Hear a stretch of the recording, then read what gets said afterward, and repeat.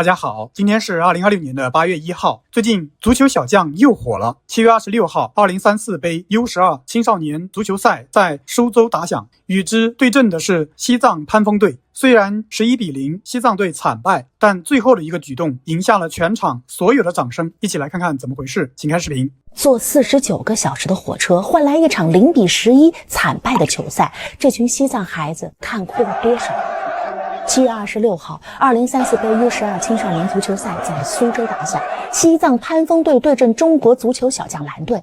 几十分钟的比赛下来，最终这群藏族少年被对手血洗踢了个11比0。这个比分换了谁都想赶紧离场，可是孩子们擦干了眼泪，干了一件让全场震撼的事儿。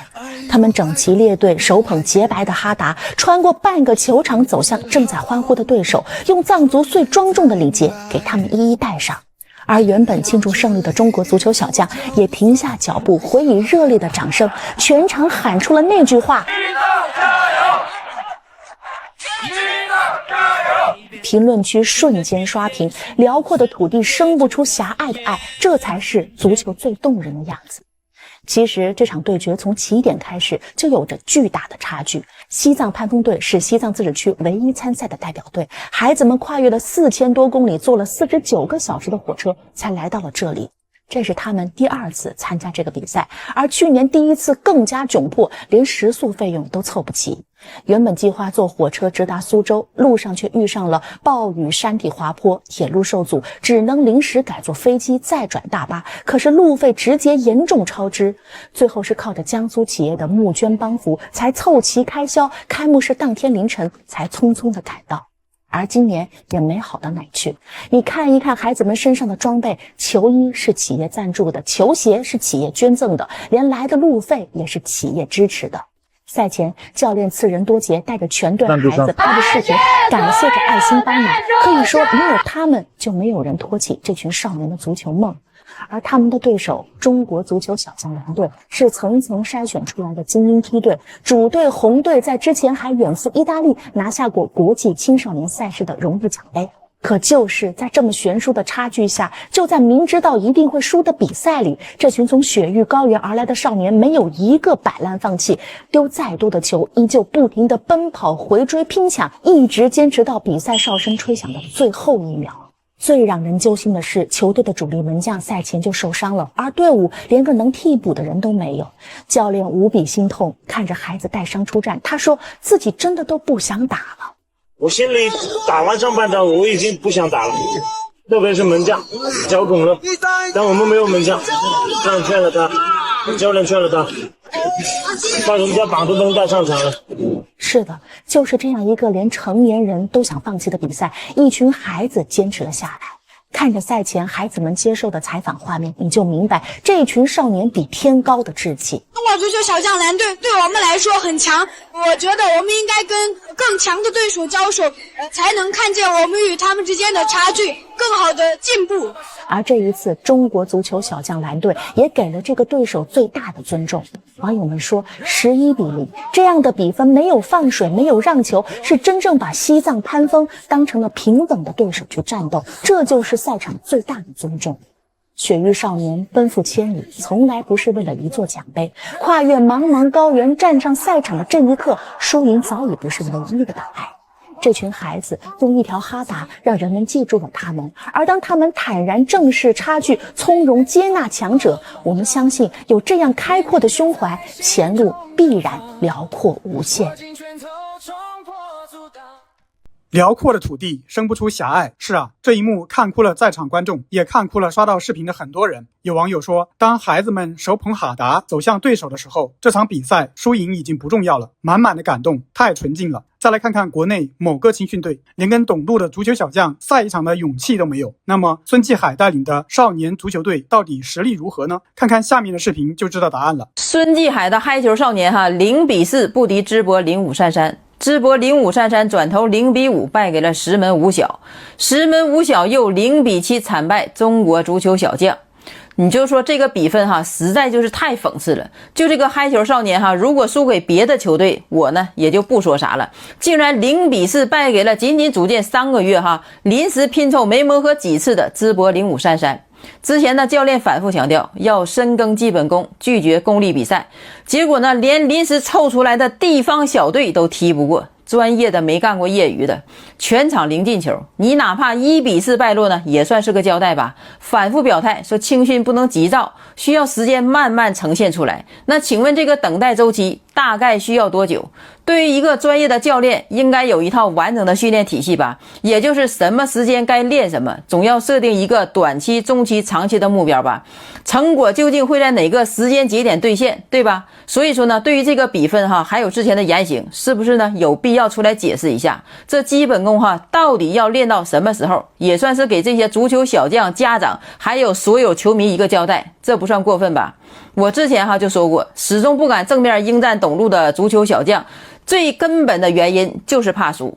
但凡有赢的可能，或者是能打个平手，都不会不应战。说白了就是没有信心，也非常清楚两队之间的差距到底有多大，只能是在网上吐槽几句呢，败火。只要不比赛就永远不会输。说的好听点呢是单纯的怕输，说的难听点就是怕遭遇惨败。真要踢出个2位数的差距，前期打造的青训理念又该如何收场？按照这组对战成绩推算一下如果嗨球少年直接对战中国足球小将，比分会是多少呢？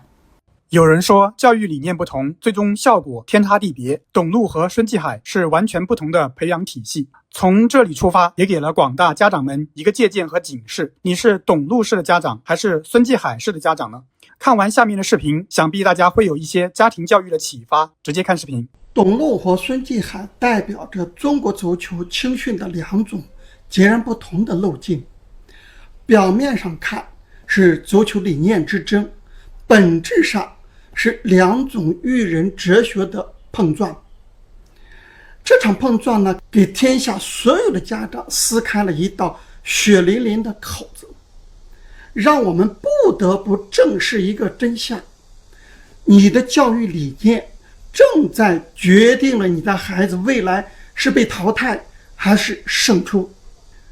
我们首先来看孙继海的模式，他像极了今天无数家长的行为，花着大价钱拖进各种关系，把孩子塞进所谓的精英贵族学校，以为从此踏上了精英之路。结果呢，人家给你的是快乐教育，给你的是尊严，给你的是存在感，唯独不给你的是那个真实世界残酷竞争的那个心理建设。董路没钱，逼着他们必须要打胜仗出成绩，那生存倒逼出来的强悍。贵族学校的快乐是金钱豢养出来的虚弱。孙继海即便输了球，依然可以说我们基础牢，未来可期。贵族学校的家长也是如此，孩子考了倒数，老师说综合素质好，孩子抗压为零，家长说快乐就好。这不是教育，这是自欺欺人。穷人的孩子早当家，是因为现实会把虚弱的从容撕得粉碎。富人的孩子晚熟，恰恰是因为金钱替他们挡掉了所有该挨的耳光。家长花大价钱找关系，就是为了让孩子避开普通人拥挤的赛道，但是你避开了拥挤，也就避开了肉搏式的对抗。你给孩子顶级的外教和草坪，却没有给他被冒犯、被碾压、被逼到墙角后的绝地反击的那个本能。几年以后，贵族学校的孩子举止优雅，谈吐得体，但遇到真正的社会绞杀，一个回合心里就崩溃了。从穷苦环境下摸爬滚打的孩子，眼神里带着一种杀气，因为他们从小就知道没有人会让着你，要想活得好，就得自己去抢。孙继海制造的是富人的认知陷阱。富人真正用钱为自己的下一代修建了一座精致的且安全的认知牢笼。他们在牢笼里大谈什么基础呀、未来呀、快乐呀，浑然不知道笼外面那些摸爬滚打的那些穷小子正在野蛮进化。这哪里是培养精英，这分明是定向淘汰。我们反观董路的模式，野地里长出的真家伙，他没钱，他没场地，没系统，他靠直播拉赞助，把孩子们扔进国际赛道的绞肉机。他的孩子来自于普通的小学，没有专门的文化辅导课，有的是高强度高密度的实战对抗。董路的成功不在于技术，而在于生存本能。他的孩子在场上动作可能粗糙，但懂得在高压下如何用身体抢得半个身位。他们见过大场面，也输过，也赢过，抗过压，在实战当中磨出了强大的自信心。这种能力远比在封闭的基地里反复打磨什么漂亮动作要值钱多了。社会上不看你动作标准不标准，只看你关键时刻你能不能顶得住。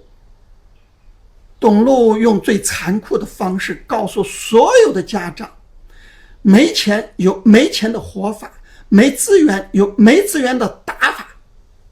哪怕条件艰苦，也必须让孩子从小就在真实的对抗环境当中建立一种赢的直觉，而这种直觉才是你在这个社会上打拼的那个武器。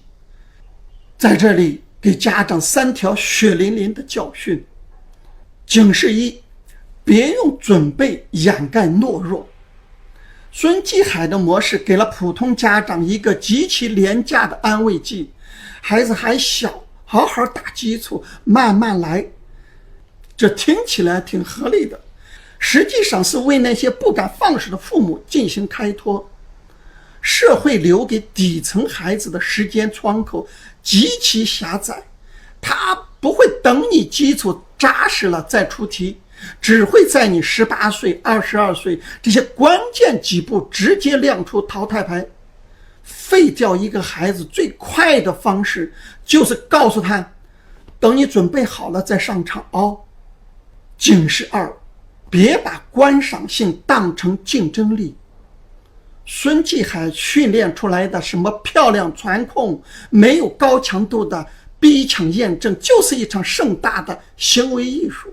这映射出来多少家长正在干的那些蠢事，逼着孩子练钢琴、考级、学马术、高尔夫，以为技能越光鲜未来越体面，但社会撕咬你的时候只在乎你牙尖不尖，不在乎你牙白不白。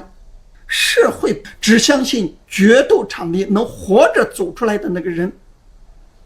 你把孩子养成精致的那个瓷器，别怪社会上铁锤一碰就碎。警示3，别让快乐变成了剧毒。如果你手里有资源，千万别给孩子换来不需要竞争的那个特权，那是在慢性投毒。